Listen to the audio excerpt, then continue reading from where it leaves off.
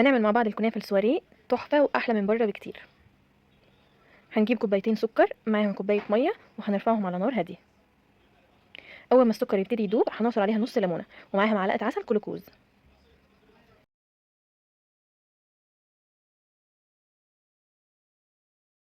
هنبتدي نبرم الكنافة لحد ما نخلص الكمية اللي عندنا.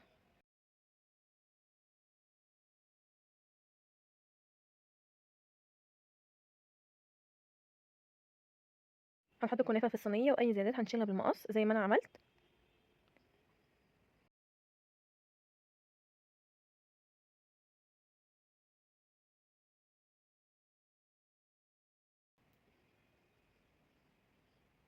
ولحد ما نخلص الكمية كلها المطلوبة عندنا أو الكمية بتاعتنا هننزل عليها بسمنة سايحة لحد ما السمنة تغطي الكنافة كلها.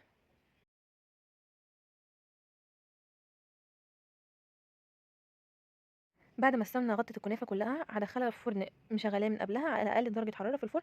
هحطها على الرف اللي في النص. الكنافة هتاخد من نص ساعة لساعة الا ربع في الفرن. بعد ما الكنافة طلعت من الفرن لازم الكنافة تكون سخنة جدا والشربات يكون بارد. هسقي الشربات بالكنافة لحد ما تتغطى. أي شربات زيادة هشيله من الكنافة.